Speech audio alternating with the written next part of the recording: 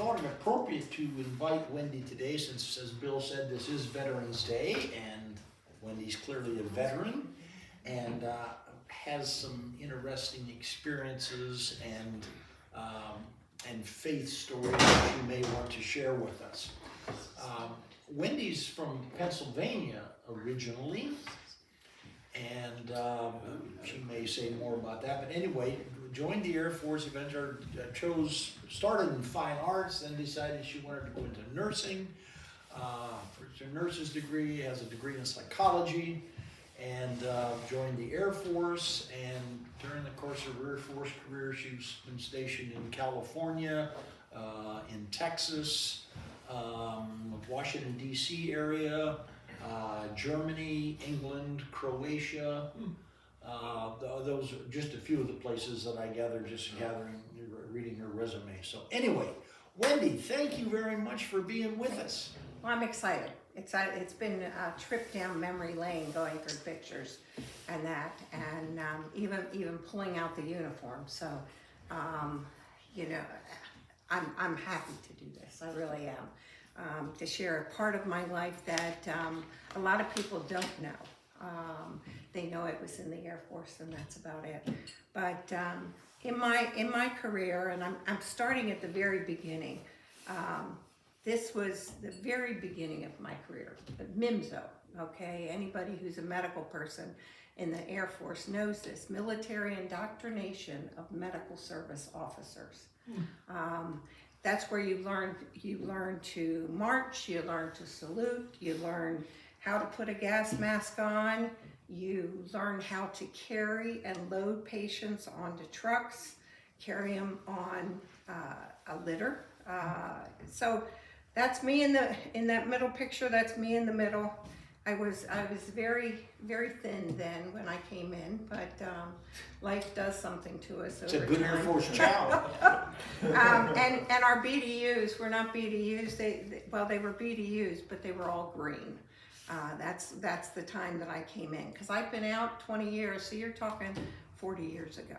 Okay, Wendy, were you already a nurse when you came into MIMSO?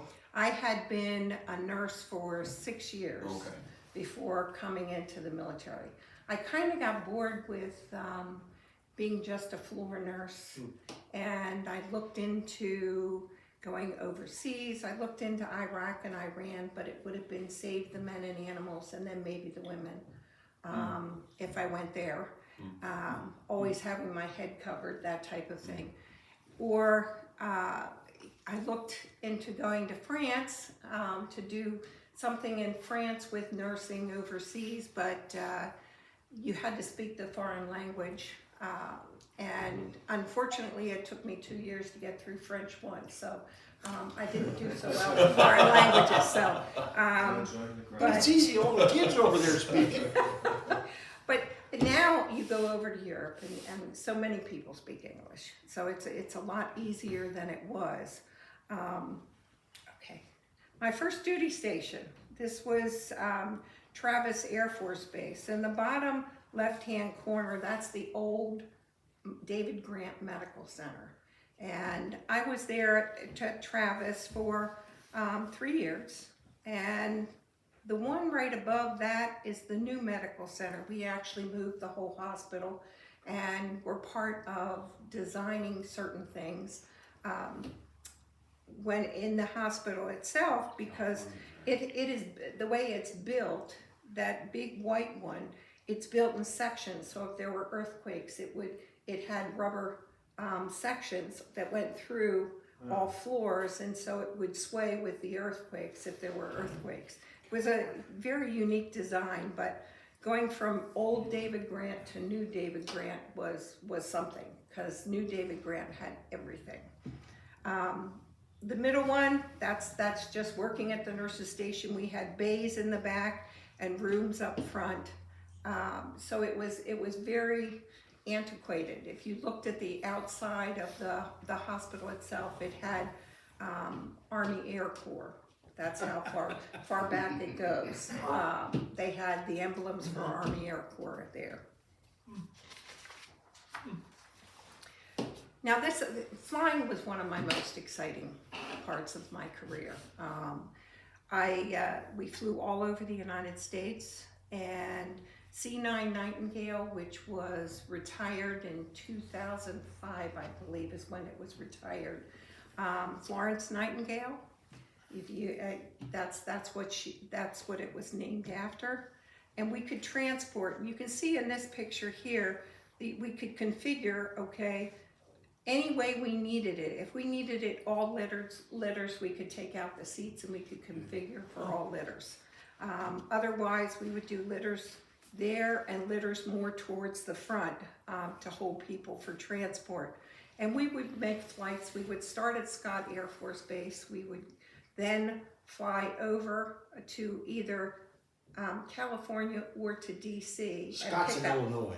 It's in the middle of the United States, and we would fly to the East Coast and then fly south over to Texas, up to California, and then we would repeat back. We would go from California and we would go down to Texas and drop people off as they were well enough to go back to their base. It was a lot of fun. It was most nurses, they did want to be flight nurses. Fortunately, I became a flight instructor later in my career, and if you go to the next picture, I can show you a little bit. That's me just lifting out, okay, the door to the wing. Right in the next picture over, where everybody's kind of, I have a lot of social pictures too, but there's a desk there, and that's where the medical crew director, there was one nurse that handled all the patients and what they were there for, and I was the second nurse. The second nurse always sat in that corner right next to the desk, but I would be the one, if I was second nurse, to go down and coordinate everything on the ground for bringing patients on board and for offloading patients. Okay. Wendy? Yeah. These are service members who had been injured. Yeah. Like who were Okay. the patients that you were The patients, they were all military and all branches of military, and some of them were their spouses, depending on what their need was. The patients that we took, because they were not in the slide before, when I just was out of Scott Air Force Base, it wasn't during any wartime, so it would be one injury or another that through training, through their job, okay, or just medical issues. So a lot of times, some of these small bases, we were transporting them to bigger hospitals, which Travis is in California. In San Antonio, we would have Wilford Hall, and then we would go over to Louisiana, and you had Keesler Air Force Base, which is a smaller one, and then up to DC, where you had Walter Reed, and you had Bethesda Medical Center. So we would transport people so that they could get the care that they needed. Now, part of I was deployed twice to Germany. The first time was in support of Desert Storm and Desert Shield. They were things that happened downrange. When I say downrange, in Iraq and Iran, and then they would be moved to Turkey, and we transported some of them from Turkey. Usually the ones, when I went for manning assist for that Desert Storm, it would be the European Aerovac unit that would bring them up to Turkey, and then we would take them from Turkey and then bring them up to Ramstein, which Ramstein, Germany, very big hospital there. That's the central place where most people got their care. Otherwise, they went to RAF Lakenheath, but that was another jump over. Most of the time, it was gonna be in Ramstein where they got the medical care that they needed. Were there several planes doing that during Desert Storm and stuff? Yeah, I mean, yeah, yeah. there had to be more than one. There had to be Yeah. a series of, yeah. And that's why we went in, because there were some that had to be transported to the United States. So the C9 Nightingale was working then, okay? It was part of the fleet. We also had the C-141, which now also is retired, okay? That's a And- larger cargo airplane. Yes, it's primarily a cargo airplane, but it too can be configured to take patients. The C-130, that was cargo too, and they could be, it can be configured. C-141s are still around, and C-17 kind of took over for the 141s. So as far as history of the other planes, I'll be honest, I don't know, because I would have to do some more research to see what's going and what's not at this point. But we did the local around Europe flights with Manning Assist, because we only were qualified, coming from Scott, we were only qualified on the C9. And you had to be qualified on each aircraft. I have total qualification, I have over 1,800 hours transporting up in the air, transporting patients throughout the world, really, with the United States and the European theater, which is more than a lot of fighters have, hours that fighters have. But so it tells you how many different flights we did with transporting. Now, we transported some to Mildenhall, that's where the one picture is. The Aerovac unit that was in there, they would go downrange, okay, with the 141s and 130, and then they would bring them up to Ramstein. And if there was any that had to go back to the United States, they would take them from from Ramstein to the United States in a 141. Okay. May I just say that there's, she was talking about, she was only qualified on one airplane at the time, the C9. The airplanes are very, very different configuration, not like an Airbus and a 737. I mean, they're pretty close. Yeah. But the C9 is the old DC9, twin engine tail, different exit configurations. A C-130, that's a battlefield airplane. Yes. It has propellers, it has a whole much different, much more rugged configuration, has a ramp in the back, so that's a different airplane. The C-141 is a much larger version, and the C-17, which is now the current logistic workhorse of the Air Force, it will hold like Greyhound buses. I mean, it's a huge airplane. So thus we were only qualified one. Thank you for letting me interrupt. That's okay. Might be. That's okay. It's good to understand. I mean, I wish we would have been qualified on more, but that's okay. I love the C9, and I knew the C9 inside and out. The second time I was there for Manning Assist was actually as soon as I arrived at my duty station in England. They needed someone who was recently qualified to get requalified so that they could get some assistance, because they were moving, the German government wanted Rhine-Main back again. They wanted the land. Rhine-Main actually backed up to Rhine-Main Airport. Which is Frankfurt International. Frankfurt. Thank you.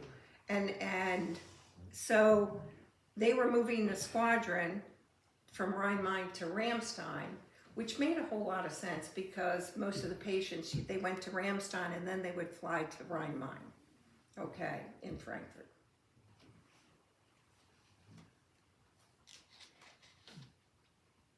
Ramstein's Western Germany, kind of out in the country. Yeah. I just had to show you. This was my home in Mildenhall. I had a cottage. We called it the Crooked Cottage because it was built where it started going this way and it went near the property line, so they angled it and they built it the rest of the way. But it was, it was very unusual. It was over 100 years old. The basement had a stone oven and a dirt floor. So, but that was my backyard in the middle of winter.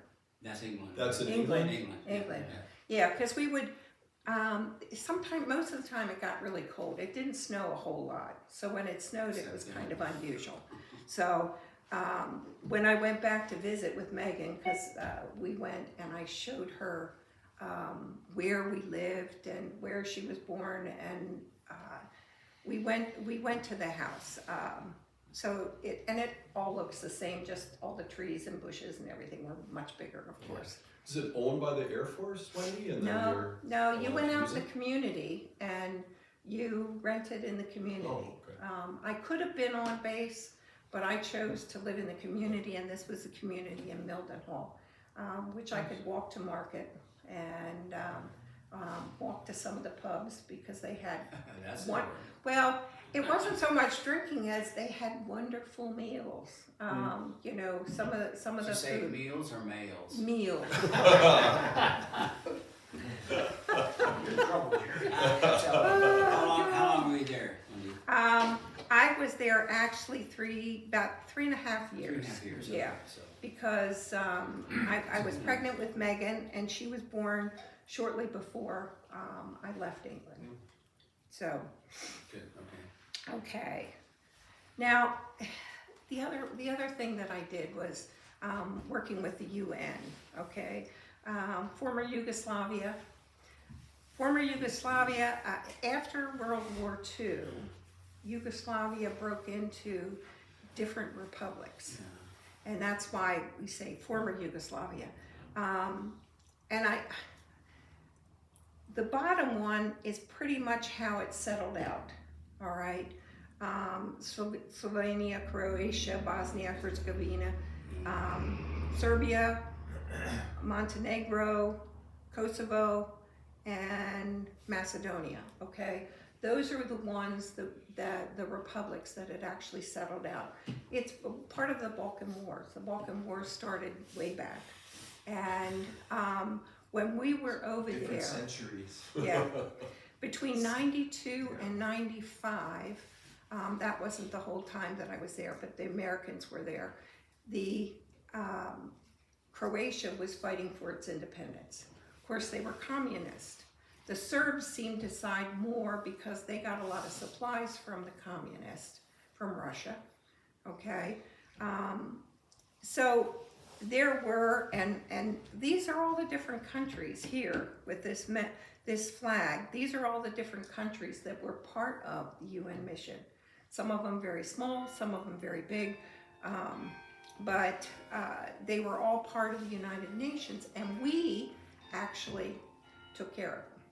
Okay.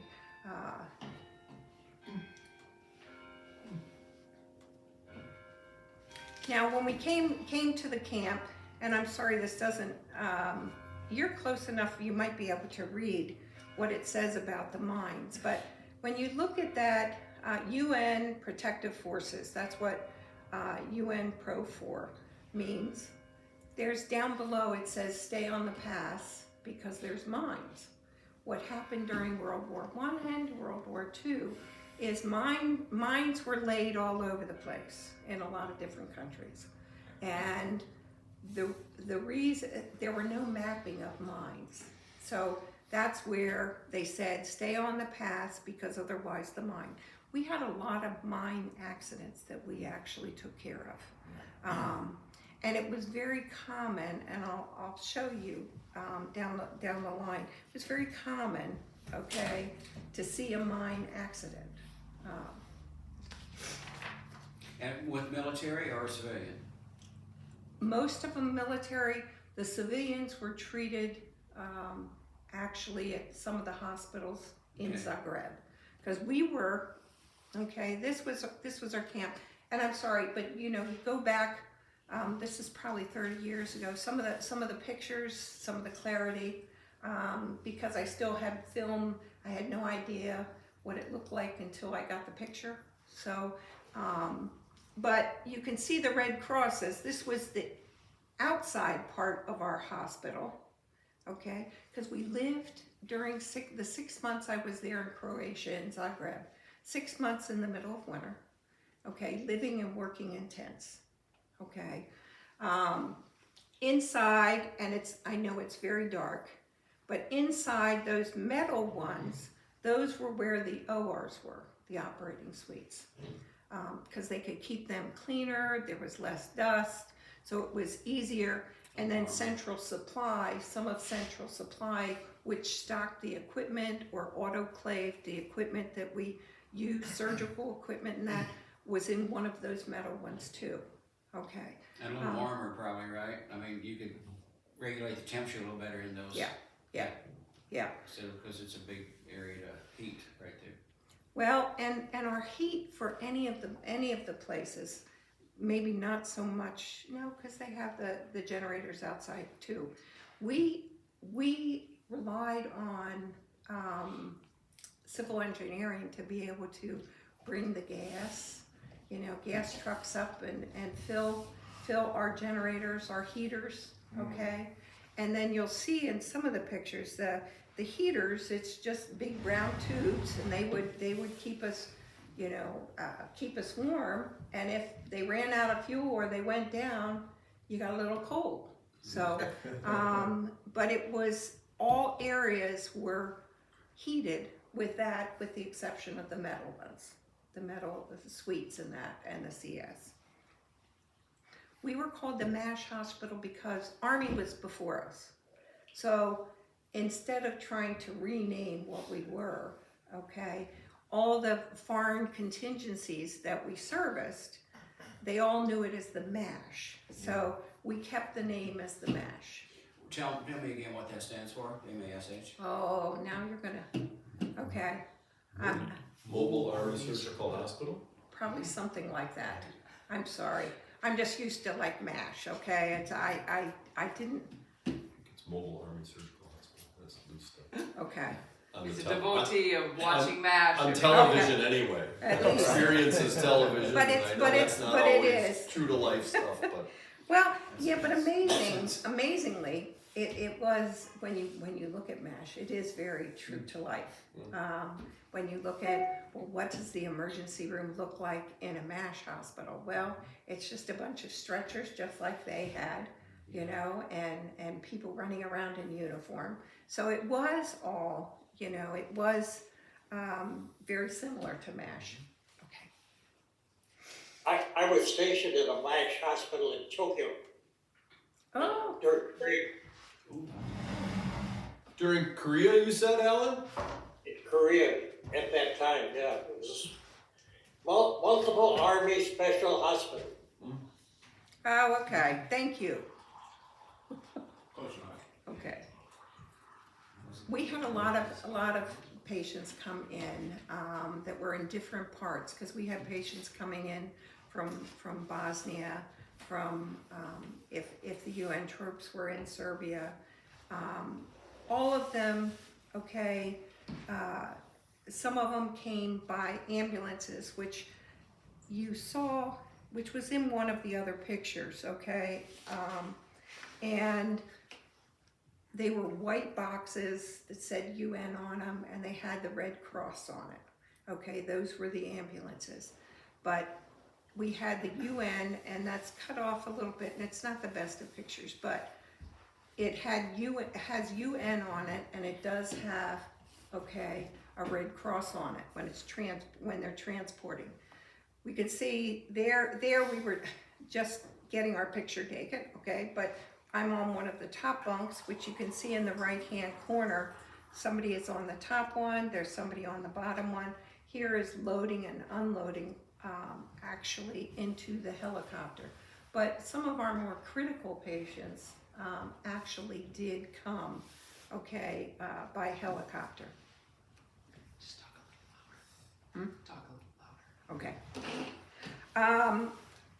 All right, this next one, this is where our living quarters, okay? We were in tent 7, and we had about eight or nine nurses that were in that place, in that tent itself. This was my 8x8 cubicle, and it was I'm trying to think with Cozy. it was cozy, yes. That if you bought a case of beer and gave it to the people in civil engineering, they'd build you anything. So we had different cubicles within our cubicles that were built by civil engineering, and as long as we supplied them with beer, they made us what we needed to be comfortable in our quarters. That's a tent, Wendy? That's a tent. You're living in a tent. And it was cold. I mean, if you had something that you wanted to keep cold, you just put it on the side of the tent. You know, you stuck it down there. But you had to be careful because we learned we had to put them into metal containers to keep them, because otherwise we would get mice. And they would find the food that we would put down there. So it was challenging. Camping. Yes, it was like camping. Okay. Now, these are some different areas, okay, of the camp. You can see all the rows. Those are all the staff that we took, okay? It was around in England that all the different bases, we were the biggest one. RAF Lakenheath provided the most, 48th Medical Group. And then we had other bases fill in where we had shortfalls. We didn't have enough people to be able to take care of the patients. The middle one, and unfortunately you can't see it very well, but this is outside our bathroom. So you had to take a hike. If you had to go to the bathroom, you had to take a hike. Oh yeah. Good idea. And behind the first gentleman here, you can see a little black thing sticking out. Yeah. Okay. Like a pallet. And below it is a step. So you basically stepped up to sit on the throne. Okay. There were 3 toilets altogether. Okay. And so you got to sit there and chat with whoever was next to you when you were using the bathroom. Is that building camaraderie? Is the strategy there to help build the team? I don't know, but it was the first few times it was very awkward to sit there and try and do whatever you're doing and have somebody next to you and they're talking to you. You know? That's the way the Romans did it. I know. But they did have 2 separate tents. They had the men's and they had the women's. But we got to clean up everything, okay? You used it, you cleaned it, you got it ready for the next person.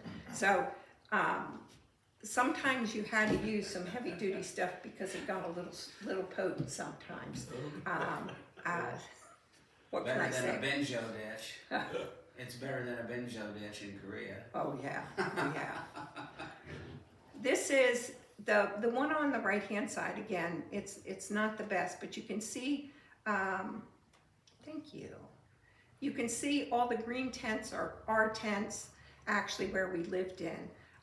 The other ones were supply tents, civil engineering tents. They all served their own purpose. Okay, and we had different people.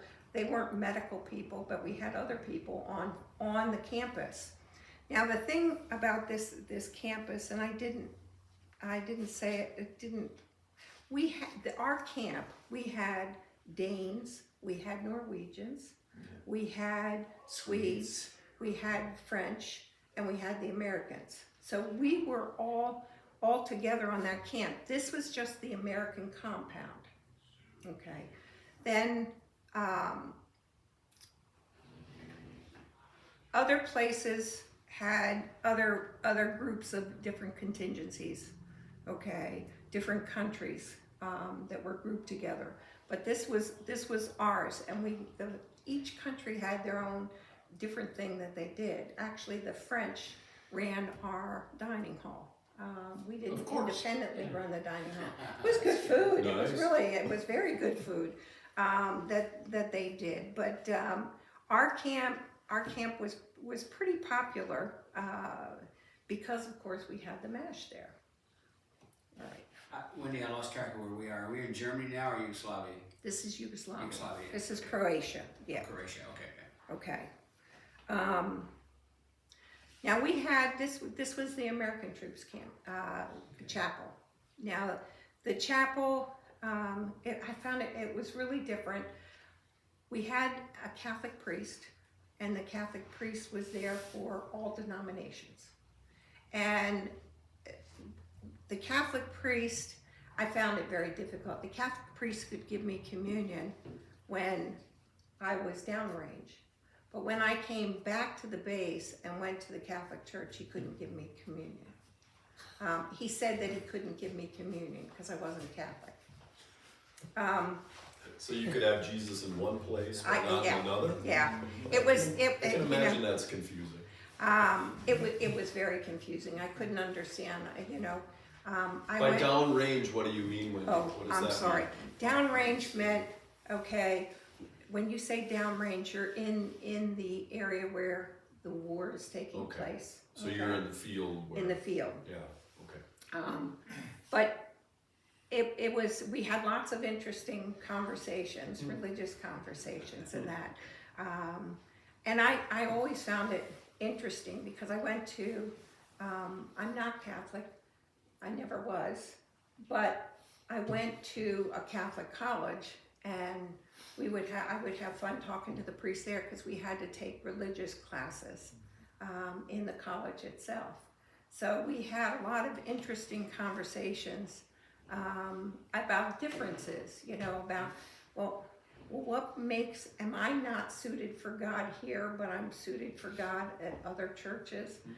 It was very, very difficult for me to kind of comprehend or digest. It really was. And I guess I'll say, there were a lot of people, when you would see the things that were going on, that it really, that was one time where I questioned a lot of things. How could this be? And you'll see in a minute. Okay. Our patient care, we had from everywhere, okay? These were two guys, the middle two are from mine accidents, where they, the one stepped close to a mine and fractured. He didn't step that close to lose his legs, but he fractured his legs almost totally all the way down, okay? That was our unit, all right? That was the intensive care unit. This was a Canadian that came in with the heart attack. I mean, we had a little bit of everything. It wasn't always mine or war related. Some of them were normal stuff like heart attacks that we took care of.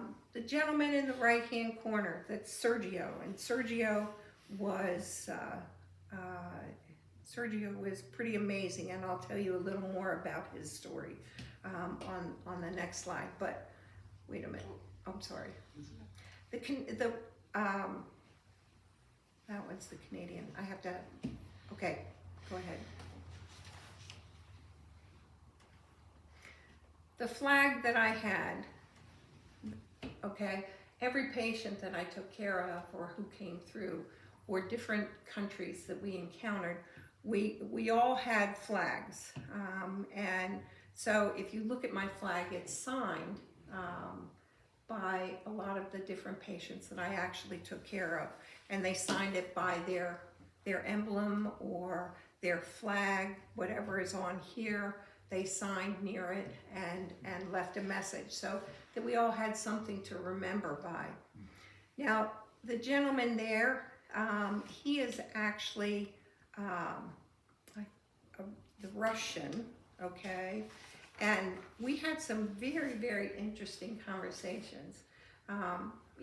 Most of you would remember when you were young, that the Russians were the bad guys. You know, we don't like the Russians.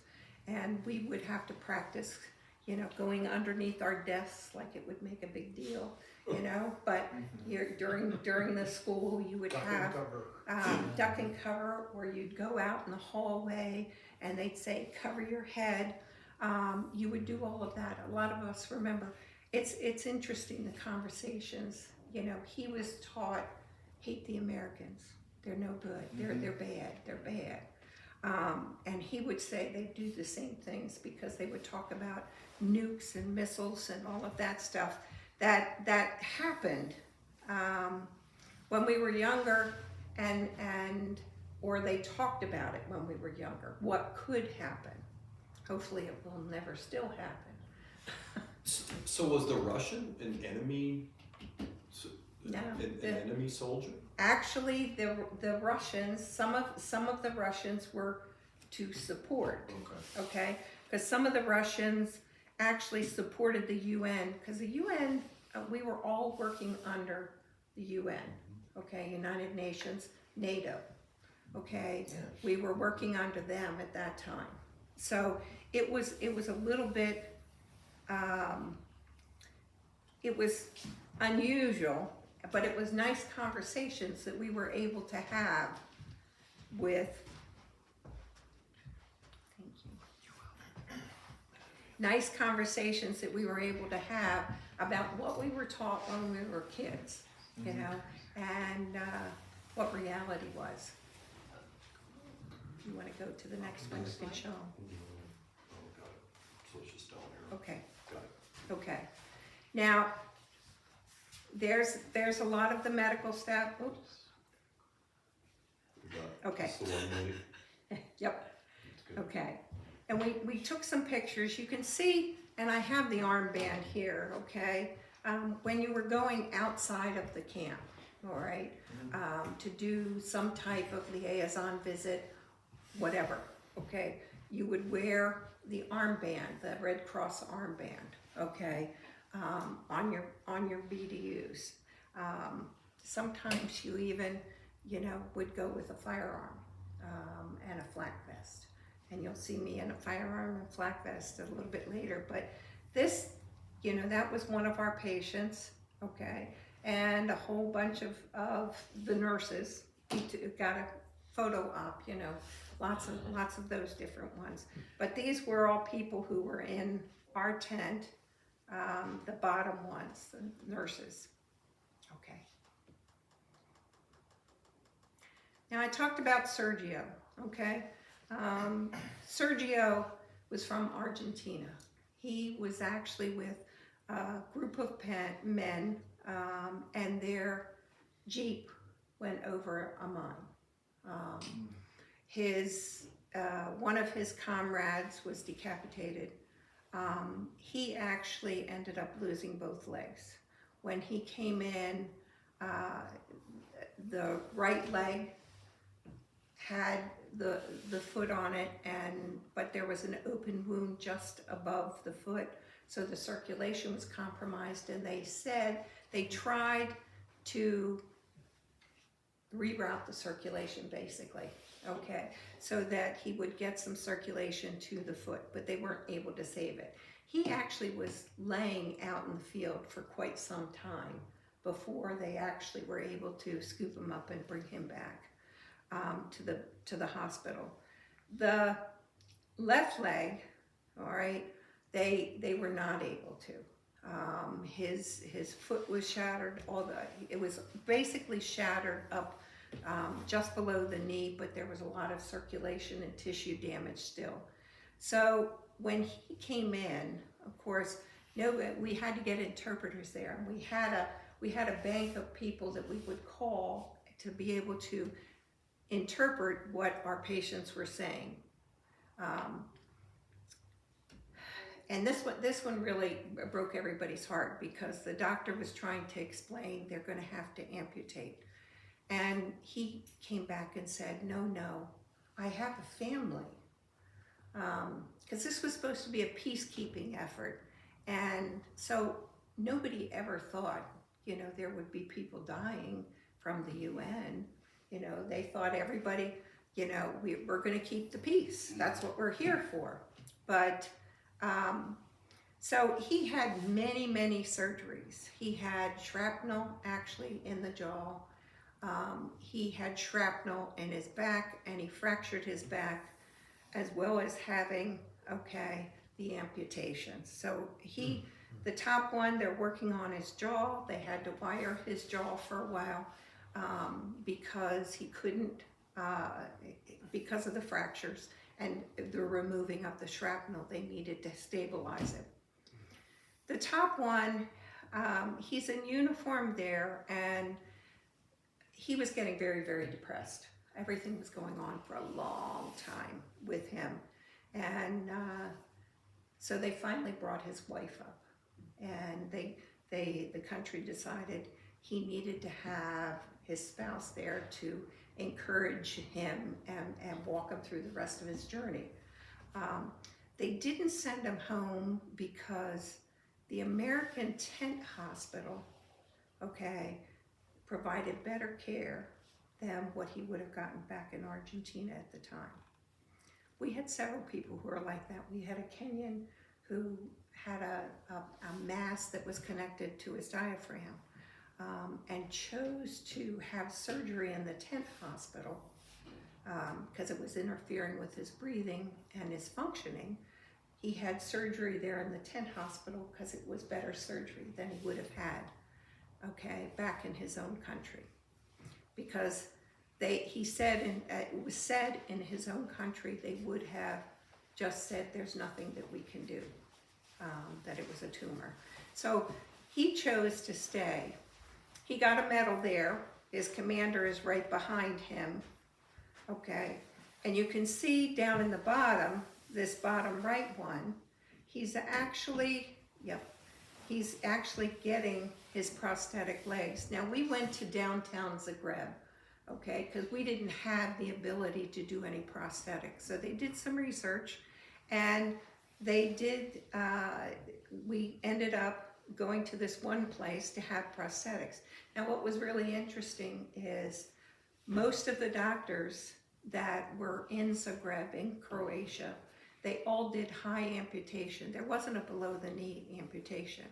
So this was a real challenge where they didn't even have a full cup. They had to come up.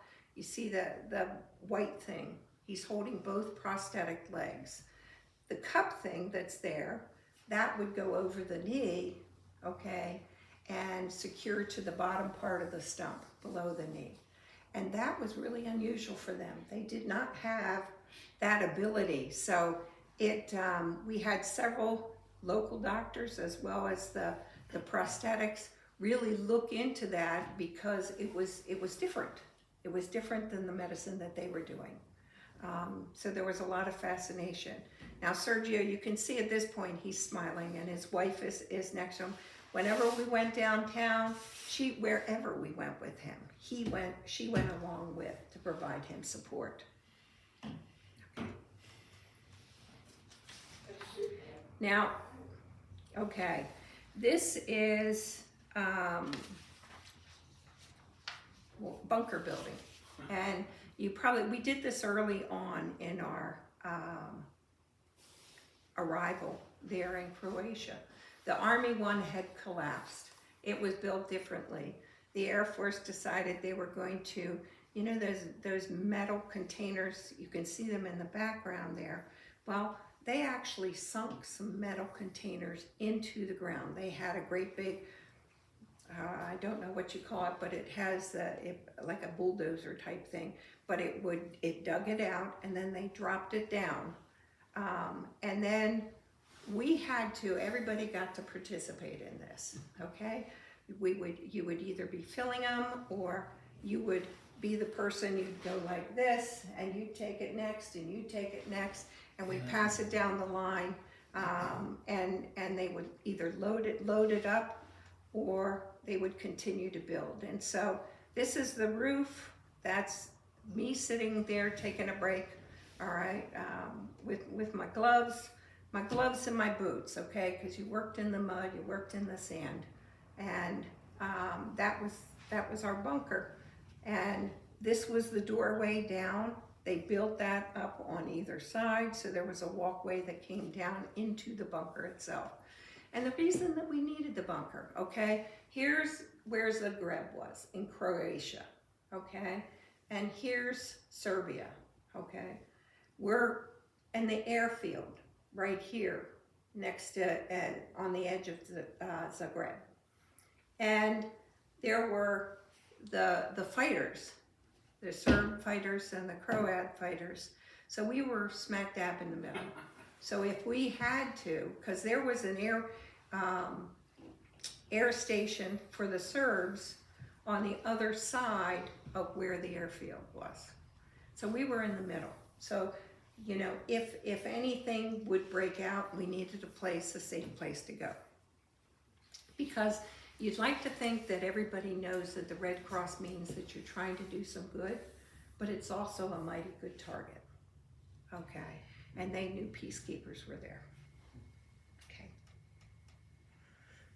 So there's the entrance, okay, that goes down into the bunker. Archie's bunker. Archie's bunker is what they named it, okay? Now, in that picture, okay, I got my flak vest on. You can't really see it, but I got a sidearm, and then I have the UN helmet. Because sometimes, not sometimes, but when we went down on liaison visits to different areas, and I'll explain that in a few, but liaison, well, let me just tell you now. Liaison visits were actually, when we would go down, I was a liaison to the Kenyan battalion, okay?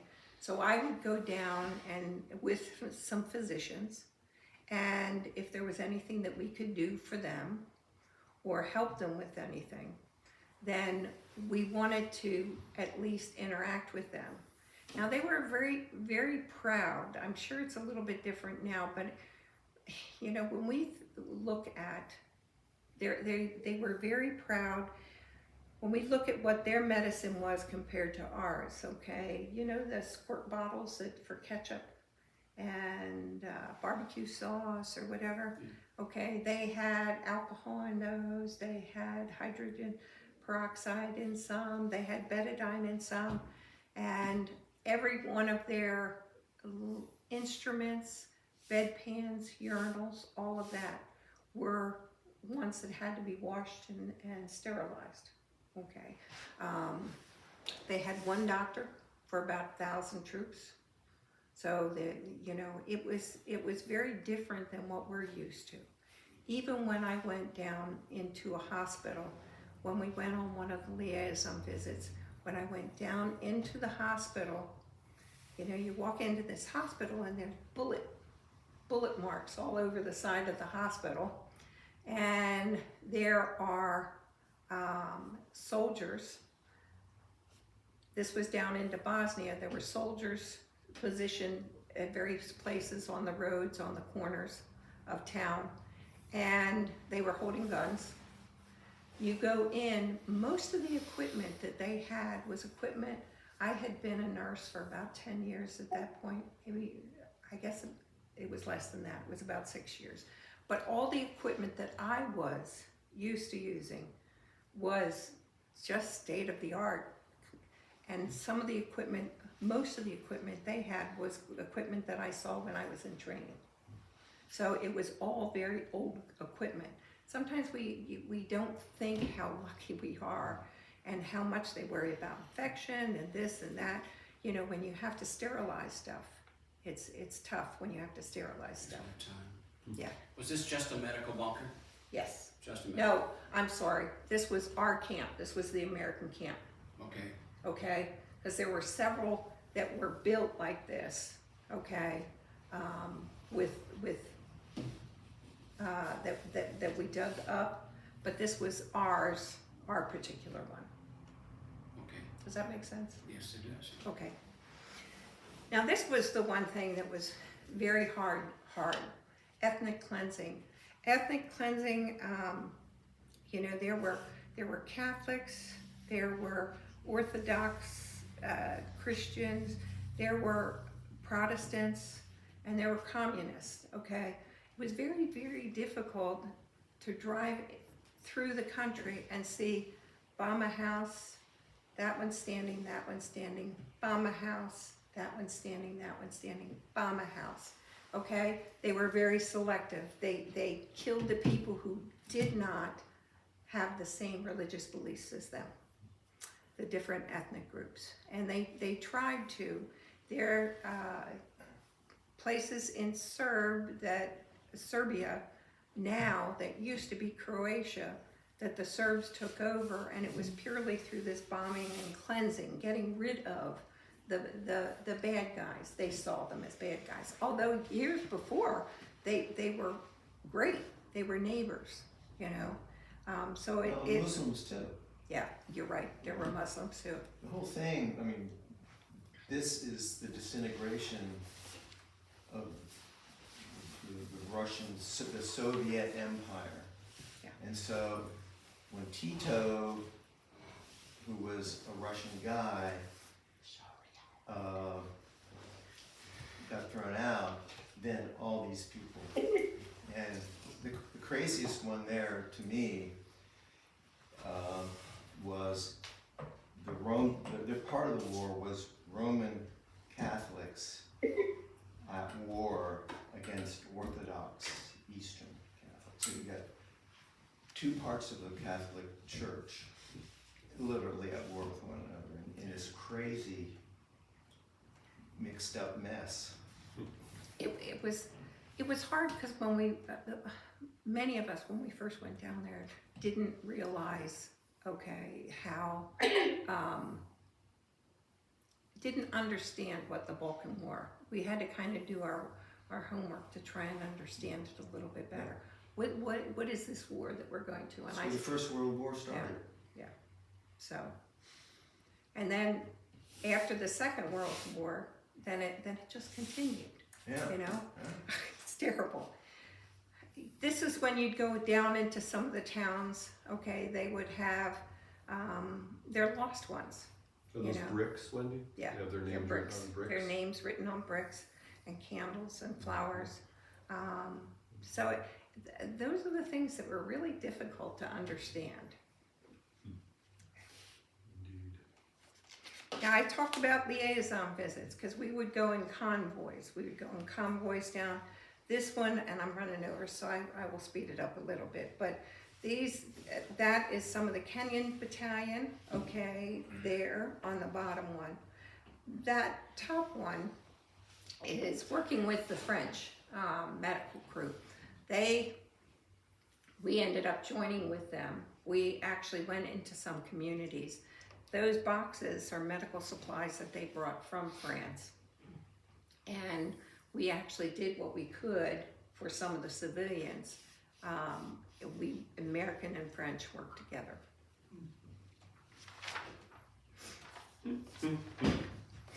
Now, Several Christmas- Santas.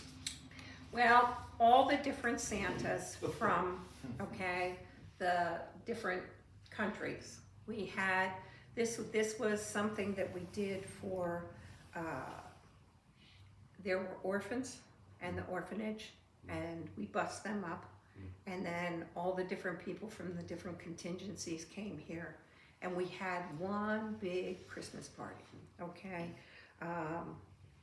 Then Santa came, that's one of our tents. That's our tent. Santa came to our tent. And so it was, you know, you made the best of whatever you were there. And we got some of the most amazing cards sent from the States, made by kids, that you just sit for hours to enjoy. Oh, Okay, this was the snowstorm, and this was a big thing because we had 32 inches of snow all at once, and unfortunately, we didn't have snow shovels. You saw what kind of shovels we had. We didn't have plows, so civil engineering actually on some of their tractors they built wood plows. Okay, and then we got to with wheelbarrows and stuff like that. we had to clear that pathway so that the fuel truck could come down. Because that was, if we didn't get it cleared, the fuel truck wouldn't be able to bring the fuel for the generators, Heating oil. and we would need it. Yeah. So they even built scrapers that we used on tents. It was a long pole. It wasn't a pole, it was more like a 2x4, and then it had scrapers, so you would flip it on the top of the tent and pull it down, and we rotated that. We all had duties to do that at certain times during the night. A roof rake. Oh, at Roof night. rake. At night, yeah, because it snowed on through the night, so. This was when we were getting ready to go home, and Navy came in with some of their Marine folks, and they just wanted to shout their hoorah as they came through, okay, our barracks. And they didn't like the tents so much, so they decided to bring in something different, hard shelters. And so they actually, the Navy built hard shelters, but we did the same thing as the Army, so we camped more than they did, so. And going back to England, okay. We were on a big transport plane, it was 141, I believe, and that's what brought us over, and that's what took us home. Your deployment was 6 months? 6 months. 6 months, okay. Yeah. How many troops would fit on that transport that you're sitting on there with the netting in the back? Are there several hundred people on there? Oh yeah, there are several hundred. Okay. And then I went back to Lake and Heath, and I went to Whiteman. I went to Shaw, and then retired out of Andrews. Oh. Cool. So. You certainly saw a lot of medical advances during the course of that time. Yeah, yeah. Unfortunately, war teaches us a lot of medical innovation, Well, particularly in the business of prosthetics. well, it taught us that, but you know, you had to learn to be creative, because we had regular medical stuff. I had some Kenyans who were diagnosed with diabetes, and they had to give their shots. And how do you teach somebody to give shots when they don't talk the same language as you? So we did pictures. You had to be creative.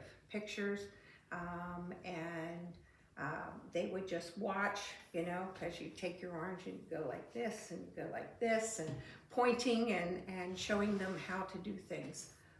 But trying to be creative while you're doing it. My daughter's an interpreter, Russian, and Okay. when they broke down the Soviet Union, they often had 4 sets of interpreters, and bing, bing, bing, bing, because they had so many different nationalities there that they couldn't, just like the guy from Argentina, Yeah. Spanish or Portuguese or whatever it was, you have to Yep. piggyback interpreters, and sometimes more than one, you know, just to get a message across. Yeah. Wendy, thank you very much for Thank you. walking us through your career. That was interesting is an understatement. So thank you for being with us.